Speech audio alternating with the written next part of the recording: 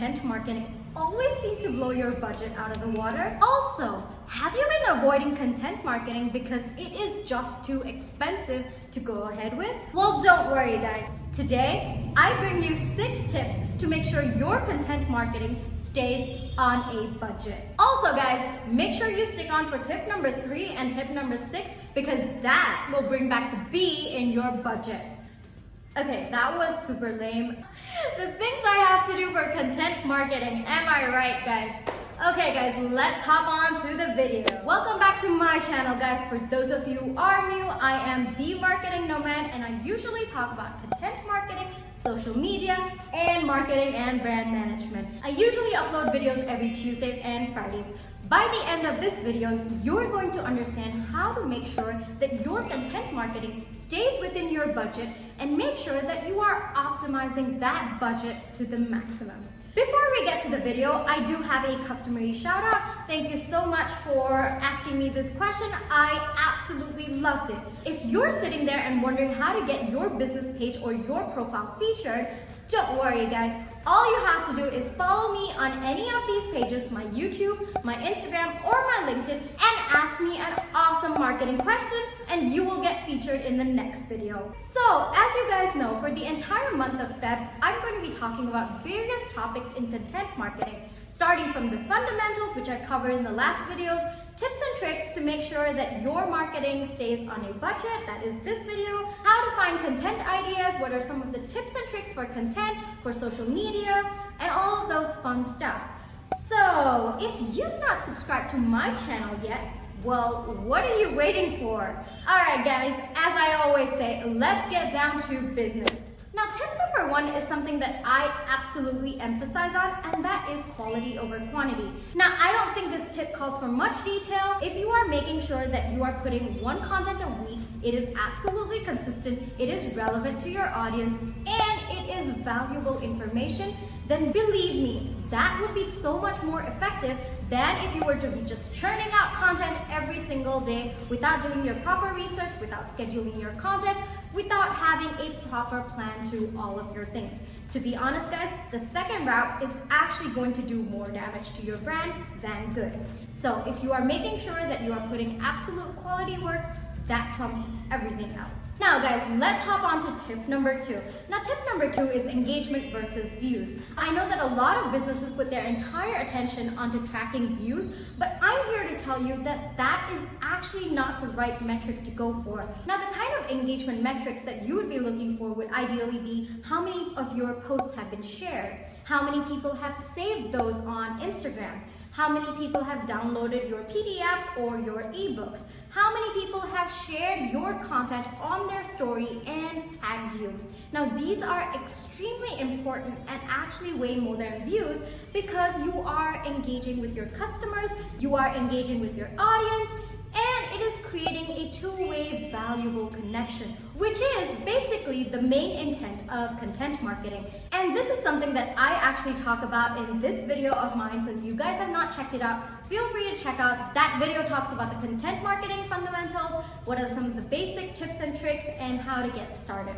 So now, when you are focusing on engagement, that actually leads me to tip number 3. Now tip number 3 is make sure that you are putting content out there that's meant for social media. Now what do I mean by that? Now, ensuring that your posts are the exact dimensions of your Instagram posts so that people can save it, making sure that your PDFs are downloadable and they are not too big, or if you're putting infographics out there, make sure that they are visible according to the dimensions of Instagram or Facebook. Don't make the words too small and people can't really read it, they have to enlarge it.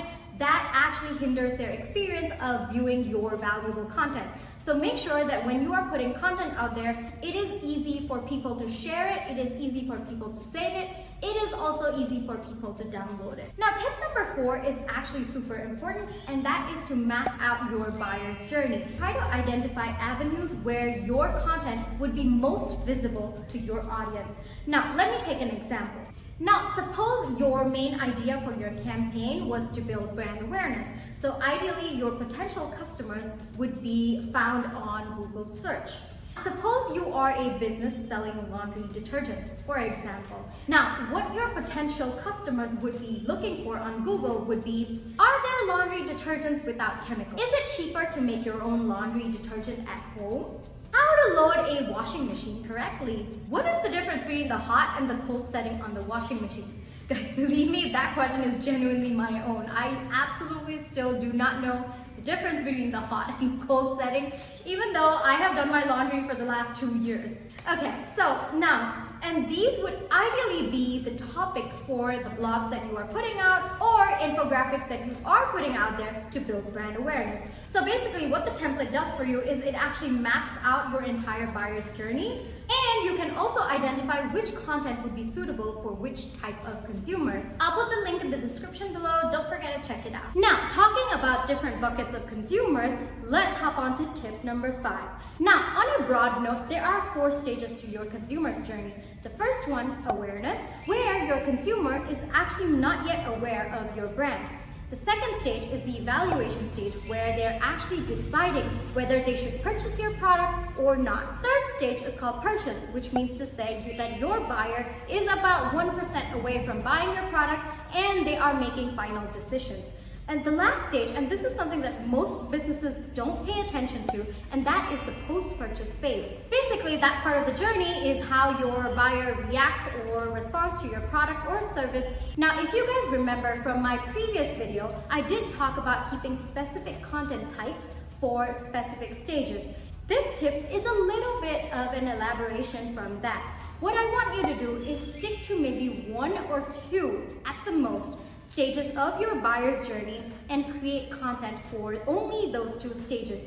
Now, what this does is that you are narrowing your entire content marketing campaign into just 2 avenues. You can keep other marketing strategies for the remaining 2 or 3 stages.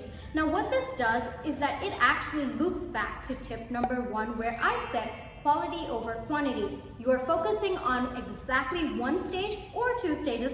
You know exactly where to put that content. You know what kind of content that particular stage requires, and you are making sure that you are putting relevant and valuable content out there. The last tip that I do have for you is, and I want you guys to repeat this with me, make a plan. Guys, I cannot stress on this point enough. When you do not plan, when you do not schedule out things, when you do not research, it absolutely shatters your content marketing strategy, and it actually adds more to your budget. All my tips are absolutely pointless if you do not schedule out your content marketing. Now, there are 3 ways to do this. First one would be to batch content, which means to say that you sit one day, you batch out your blogs or you batch out your webinars for about 2 months in advance. Now, as a personal preference, I do not recommend this step. I personally don't prefer this method for the sole reason that if you are doing content marketing, you have to keep analyzing your audience's reaction and make a few tweaks here and there to your content to make sure that you are putting relevant and valuable content out there. When you are batch contenting, if that's a word, when you are batch contenting, what you are doing is you're putting out content 2 months in advance, which means to say the next change that you can actually do is 2 months from now, which means you are actually wasting 2 months of your efforts. Which leads me to the second method, which I absolutely love, and this is something that I incorporate for my own content marketing as well, which is to make sure that you have a specific day to plan out your content, to make sure that you are writing your content, and the best way to implement this method is to work backwards. Suppose you want to put out 1 blog a week and you think that your highest audience engagement is usually on Fridays. It takes you about 3 hours to make sure that that content is completely written up and good to go. So ideally on Monday, I would keep 3 hours to write out that content, another hour on Wednesday to make sure that everything's completely perfect, you've uploaded it, you've scheduled it, and it is good to go. So for this method, working backwards usually helps a lot. Now, suppose you don't really have that kind of time investment for content marketing and you can't really keep out a specific day to plan out your content, to write out your content, then the third option would be to outsource it to freelancers or agencies. Now, this also can be extremely cost effective because you are saving on your time. Freelancers and agencies absolutely know what to do. They know how to research your audience, and pretty much you are going to get a return on investment. Whichever option that you do choose, make sure that you are not scrambling last minute for content and you have a proper plan in mind. And that's a wrap from me for this video. Don't forget to like and subscribe to my channel because that tells you every single time I upload a video. In my Friday's video, I'm going to be talking about some of the mistakes that you can avoid with content marketing. While you wait for that video, be sure to check out these two videos that I do have for you. See you on Friday, guys. Bye-bye.